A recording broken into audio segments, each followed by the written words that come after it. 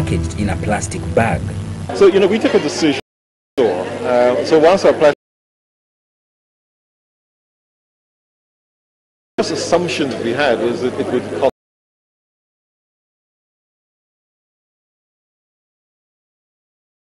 compared to the single use.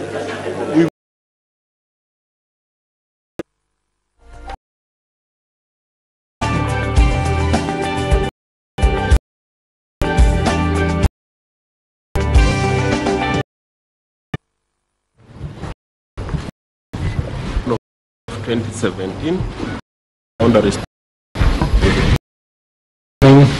Ladies and gentlemen, 6 by a doctor without him yesterday or Mr. Yes, my Lord Chief Justice. But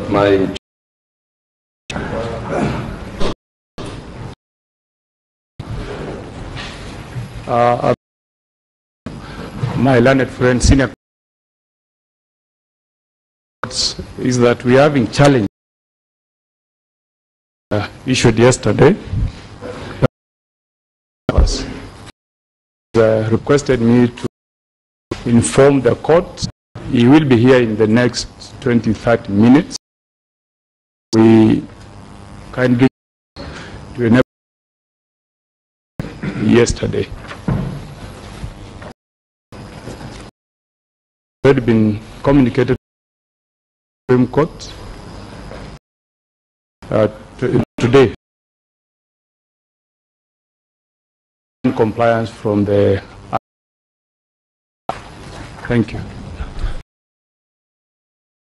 That will be made when Mr. Orengo comes.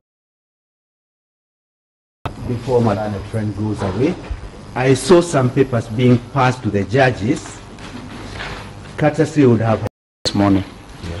Give a copy to all counsel, yeah, Mr. Copies are being circulated, my lord. Mr. Mugen, are they enough to go around? Yes, they are enough. They are enough. Yes, yeah. Pass them around so that by the time when Mr. Orengo comes, yes, everybody is on the same page. Yeah. Yes. Much obliged, my lord. Thank you. Sabri Nazir? Yes, my lord. My lord, my lord, in my address to this honorable court this morning, I will be addressing 5 different issues.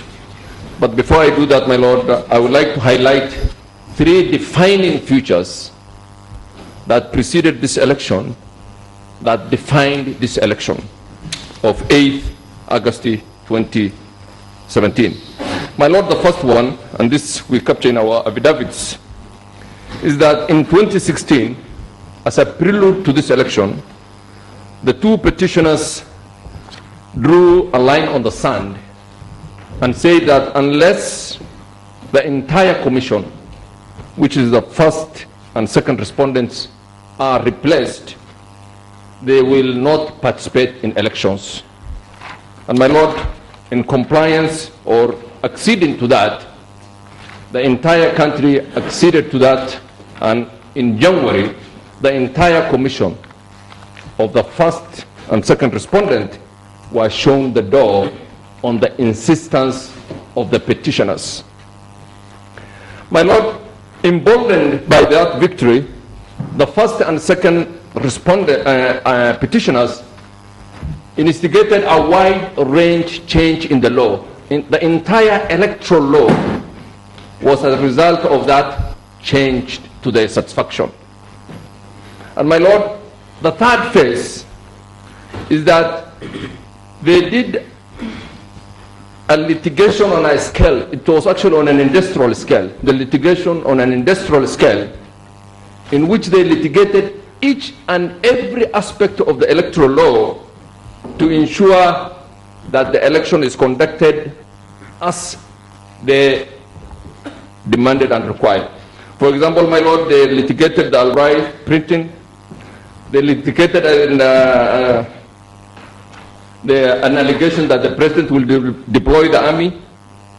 They litigated on KPMG and the audit of the report.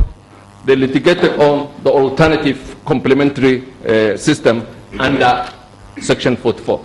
My Lord, those three events show that the election of 8 August 2017 was done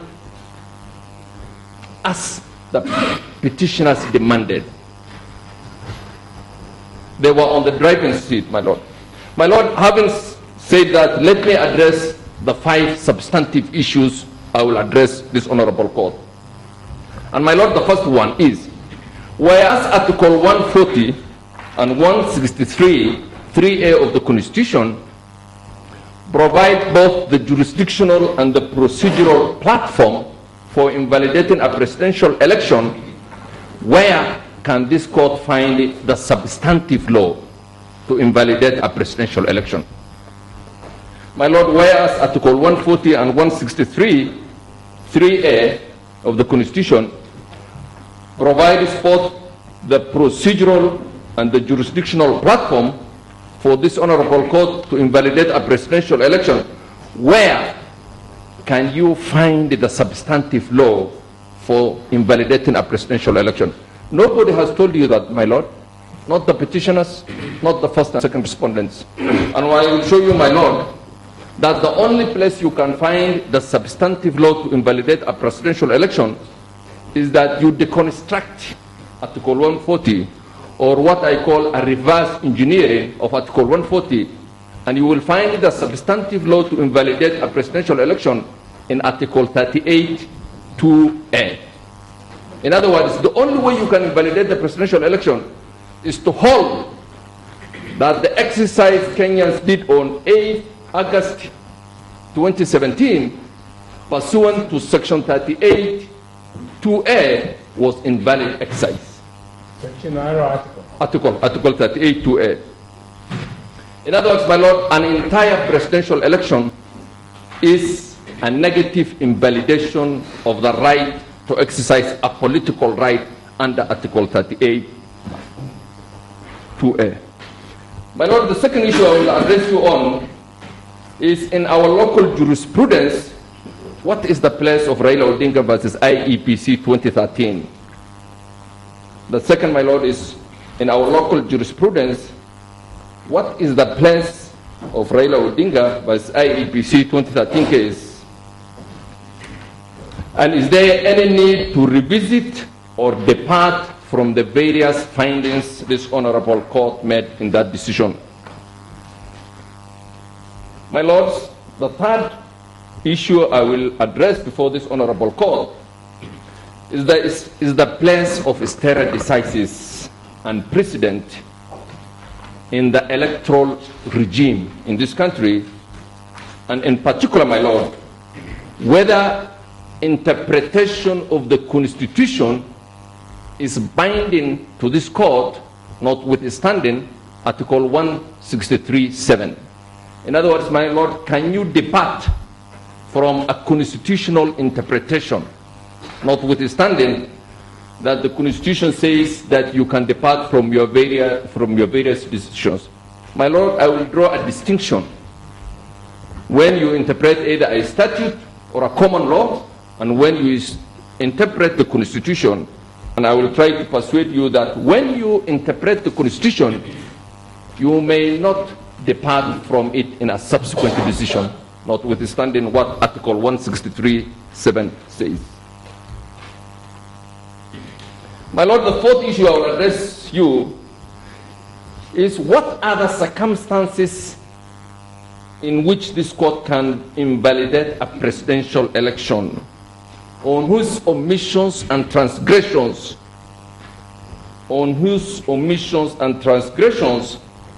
can this court invalidate a presidential election?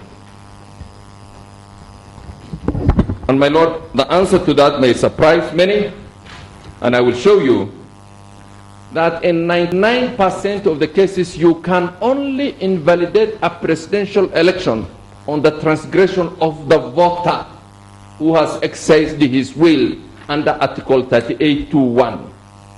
It's only the transgression of the voter who has exercised his will under Article 38(1).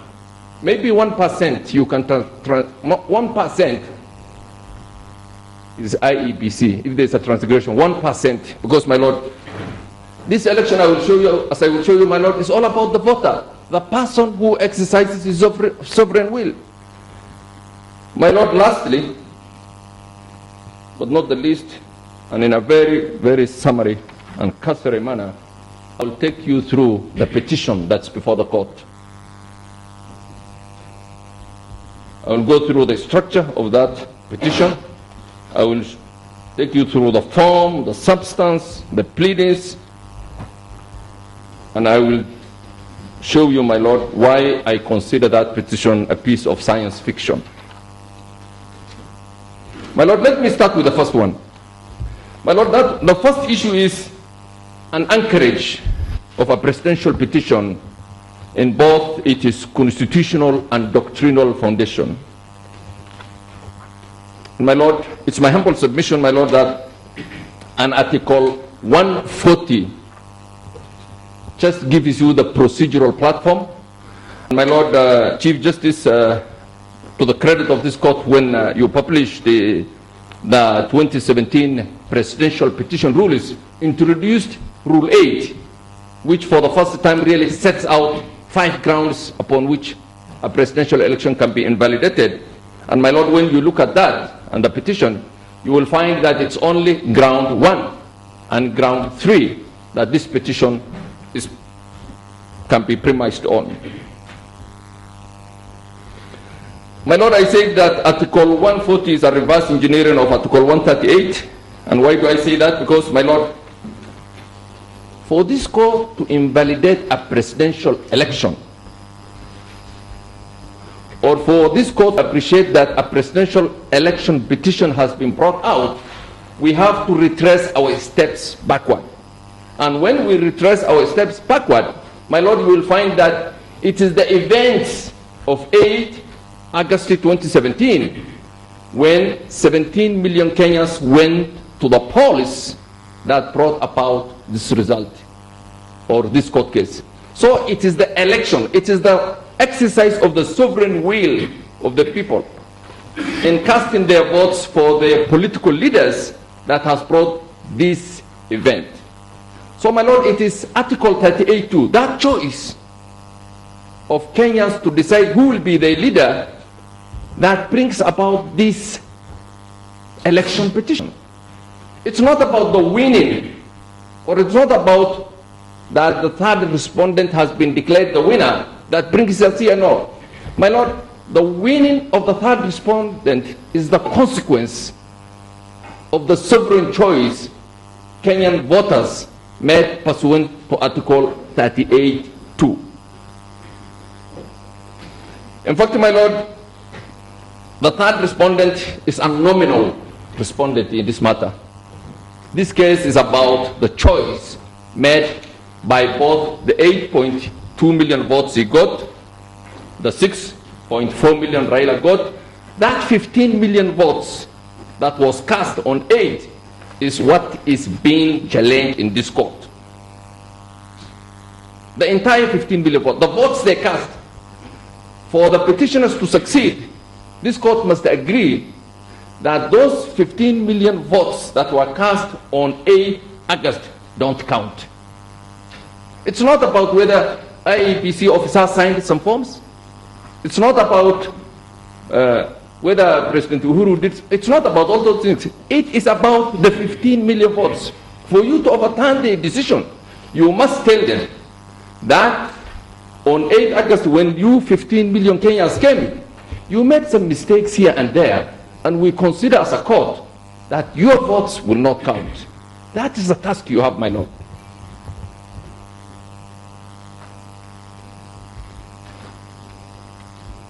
So, my Lord, it's my humble submission, my Lord, that the court need to undertake a paradigm shift on how an Article 40 petition is approached.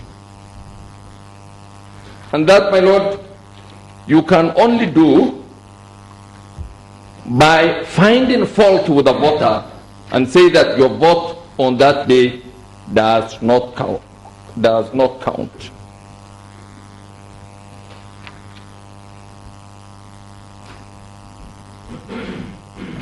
So, my Lord, when this court is adjudicating of a presidential petition like it's doing this morning, under Article 40 petition, the fulcrum, the very foundation, the focal point is that we are dealing with the voter, not with any other person. And we are dealing with the voter on the premise that every citizen has the right to a free and fair election based on universal suffrage and the free expression of the will of the electors.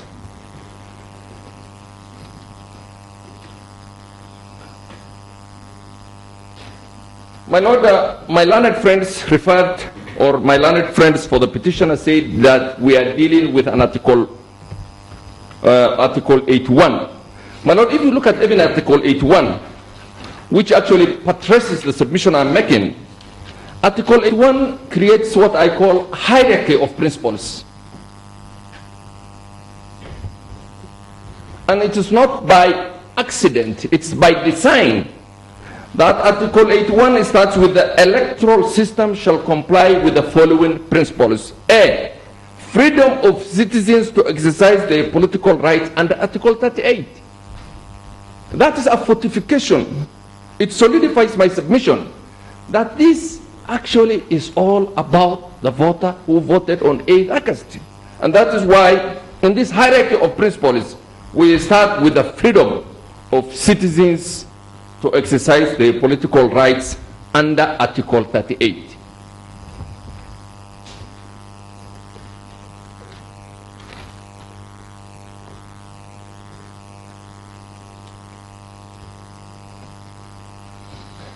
So, my Lord, we must never lose sight of the fact that this petitioner, the two petitioners, when they come to this court, they are challenging that right.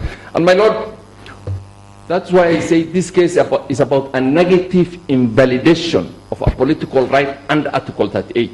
You must find, for you to invalidate this election, that Kenyans were not entitled to exercise their political right as they did in Article 38. In other words, that right for political right is what you are negativing. It's not a case, my Lord, of saying that President Uhuru Kenyatta was not elected. No, that's not what is before you. What is before you is you must find, for you to find that the election was not conducted, you must find that Kenyans, the 15 million who voted in August 8, were not entitled to exercise their political right under Article 38. And the honors, as I will show you later on, my Lord, the burden of proof, even the standard has to shift. Because the petitioner has to satisfy you that a person who exercises his right under Article 38 was not entitled to do. And that is the only way you can invalidate this election.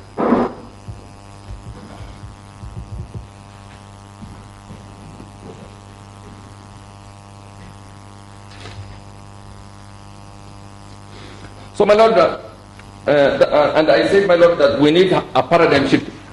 Previously, we used to see this as a gladiatorial contest between the winner and the loser. No, it's not. It's not a contest between Raila and it's not a contest between the petitioner and the third respondent. It may look nice for the public viewers that this is, you know, a gladiatorial contest between the two big players. No. My Lord, this is a right-centric dispute. It is a dispute that is centered on the political right of the individual. We need to shift, my Lord, this from a contest of political supremacy and see that really what is at the substratum of a dispute in a presidential election is a right that was exercised.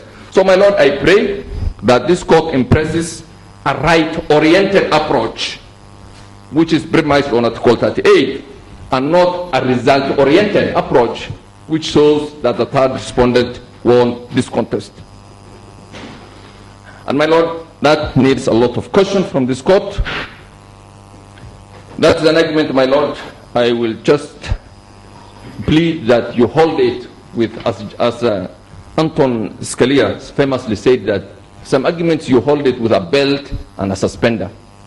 Because a suspender may not be enough, or a belt may not be enough, although at times it's enough. But to be sure that it holds, you use both belt and a suspender, my lord.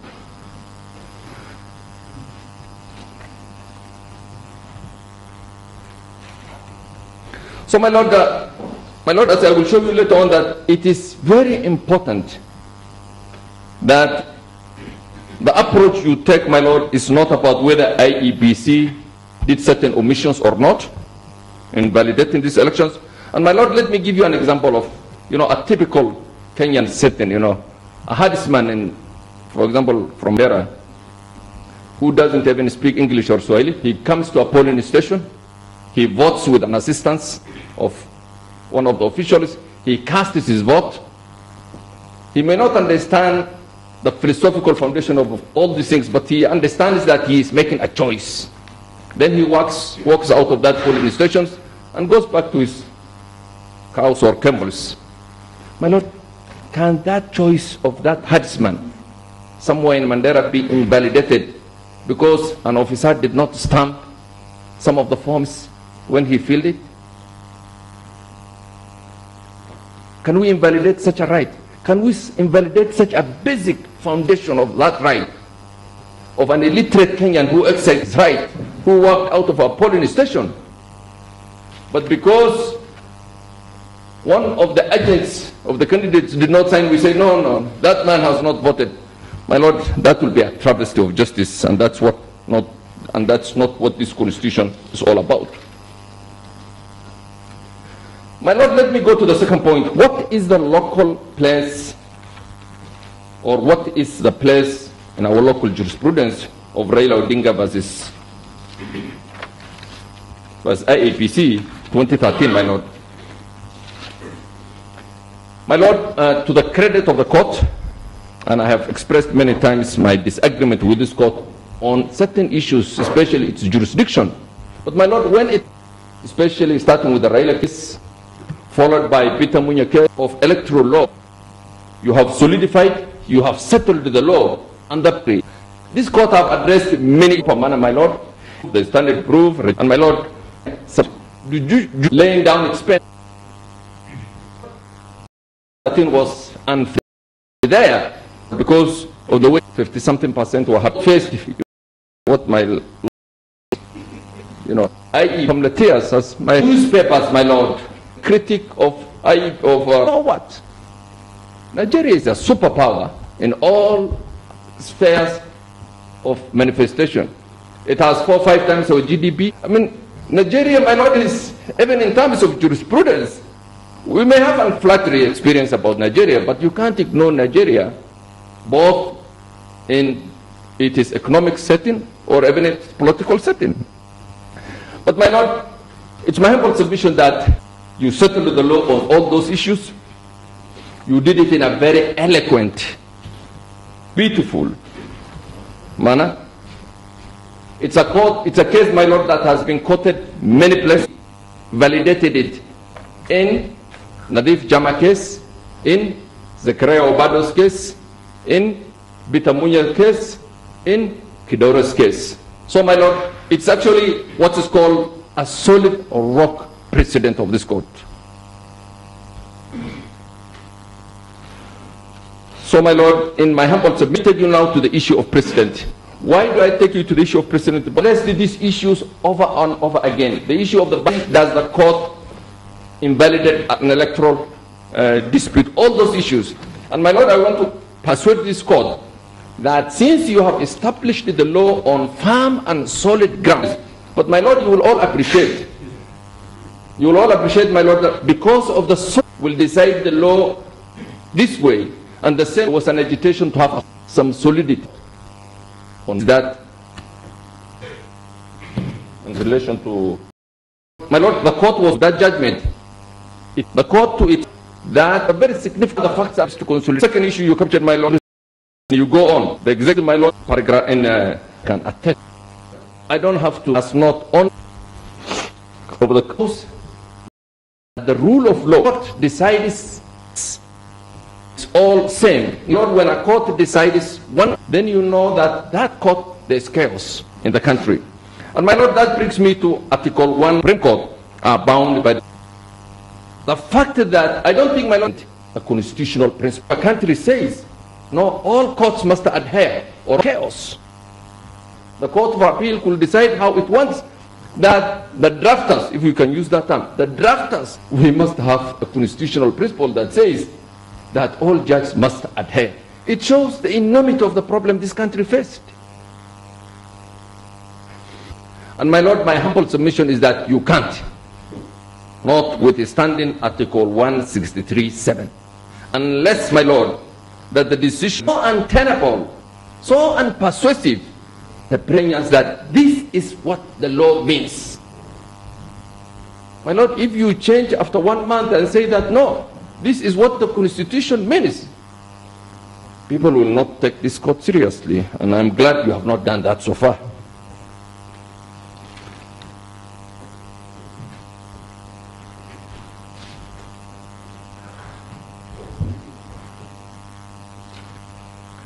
My lord, let me just briefly draw your kind attention to one or two authorities on this issue. And my lord, the first one, my lord, is a book written by two American law professors. It's Authority Number 6, Volume 2, supplementary list, my lord.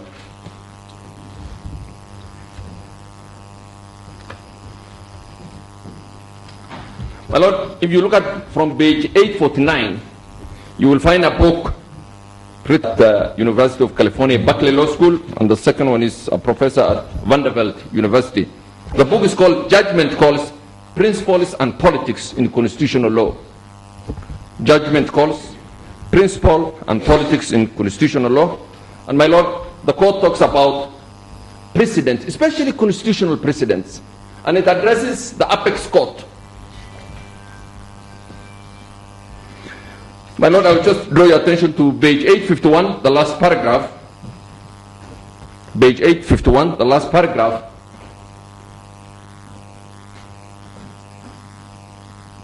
Where the court talks of how does a continuing court, a court that continues like this one, address precedent. And then, my lord, at 852, the paragraph, the third line, which starts with, in considering the importance of precedent, we must first consider relationship to the rule of law. I don't want to read, my lord, but there is one page, my lord, I would like to read, and that's page 857.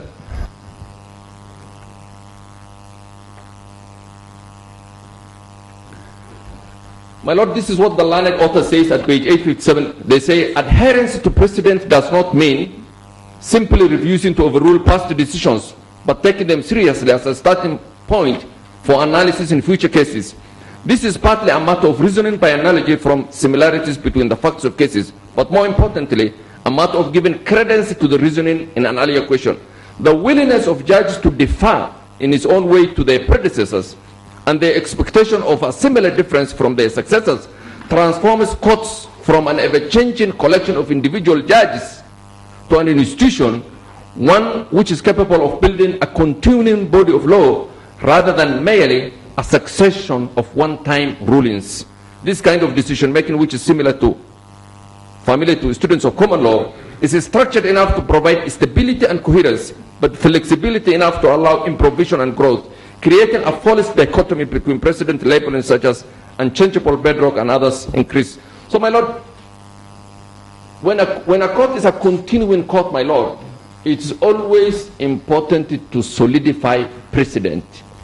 If you change, for example, case law from one election cycle to another, then, my lord, the court or the jurisprudence of the court will fall into disrepute. But, my lord, page 860 is more profound than what the learned authors express in page 860. And this one, my lord, refers to constitutional precedents. This is what the learned author says, my lord, at page 860. They say, at least in certain kind of cases, precedent gets added importance in constitutional area. One purpose of having a written constitution is to create a stable framework for government. As even most originalists have recognized, this goal will be undermined if the court fails to give special credence to bedrock precedents that have become the foundation for large areas of important doctrines. Some obvious examples involve the ruling of the New Deal, upholding the validity of the social security system and other federal taxing and spending programs, and those recognizing federal jurisdictions of the economy. This omelette cannot be scrambled today, as even the most devoted believers in originals often acknowledge. Likewise, it is far too late in the day to invalidate independent judges. My Lord, go to the second paragraph, which says, it is not simply that it will be imprudent to overrule those doctrines, though obviously it will, but in an important sense, it will run against the purpose of constitutionalism. Overruling these doctrines will create just the kind of uncertainty and instability that constitutions, even more than other laws, are designed to avoid. And my Lord, precedent, and I can say without any fear that Raila versus IEPC is a bedrock precedent. It provides the foundation of all other cases you have decided, and you should not depart from it. Lastly, my Lord, I will not read it, but look at the last paragraph in 861 and the next paragraph in 862. My Lord, let me go now to the fourth issue. When can a court invalidate a presidential election? When can a court invalidate a presidential election? And my Lord, as I said in my opening submission, in my humble submission, this court can only invalidate a presidential election if it finds fault with the voter. In other words, for you to invalidate the presidential election, cogent evidence must be shown. For example, that in the border town of Mandera, there were 20,000 foreigners who voted who are not entitled. Or in Busia, there were 30,000 Ugandans who came. Very careful when you mention that county. Oyale, there were 40 Ethiopians who came, who voted but once. Article 38(2) indeed voted. My Lord, the centrality of the voter or the Kenyan size. But my Lord, rest with those. I will show you, my Lord, that even though the court was not that explicit, it is article that can invalidate a president. Show you, or the merit did indeed. It's a Lord, page 4. You will read paragraph 57, paragraph 8. This case involves interpreting the phrase irregular elements. Irregularities are serious administration, my Lord. Then, my Lord, look at. Then, my Lord, at paragraph of a democracy. In any page 66, paragraph 50 and 50 at page 67. This captures the essence of sovereign will as the current section, but to entitle votes as. It's about who votes. It's about who can from point A have for certainty alone. Rather, concern informs our interpretation. Look at paragraph 51. I will draw you. This is what the court says. The line to facilitate that places activities that affected the result be terminated. And my Lord, Opado, Lord, in that case, had the symbol 100 votes that we can made winner to have a case. I will start at that case, my Lord. But my Lord, to show the central 38(2), did that. Although you did it, this is what. My Lord, this was an election is premise of the Constitution. No, it's the foundation.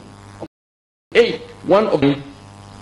My Lord, I will not read it, but I will kindly draw of that decision. An election is one of you guys. Just show, my Lord, my last humble submission that this petition no cause of action. No cause of action.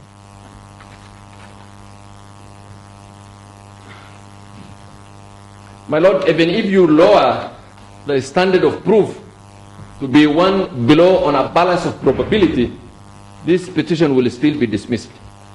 If it is one below a balance of probability, this, my Lord, even if we expand from the record correspondence and you allow the petition in our absence, it will sense political hyper so badly, and you don't give rightly captured. This petition, which will only interest, because my lord, this that result is that we're being either aliens or extraterrestrial. The friend Ekuru sent as fiction.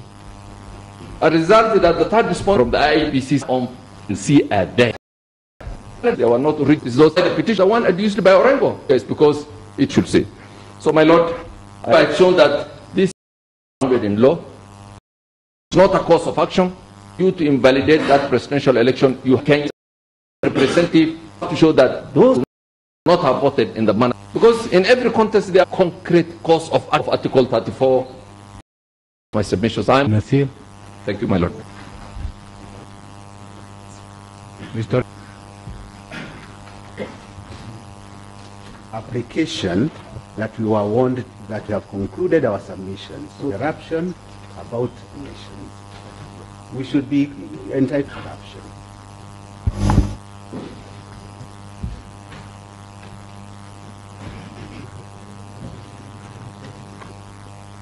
Mr. Ngatia, yes, the scrutiny of the documents we give, that may delay that process. So let's hear what Mr. Orengo has to say, and then we have seen the letter addressed and copies of which we are handed. I have been in touch, and we expect to have our client before your lordship. Listen, response you can give at both parties. Don't know able to this. Let me with that. I shall go along because it's already in the letter. One is in relation to subject elements in application, but to what the exercise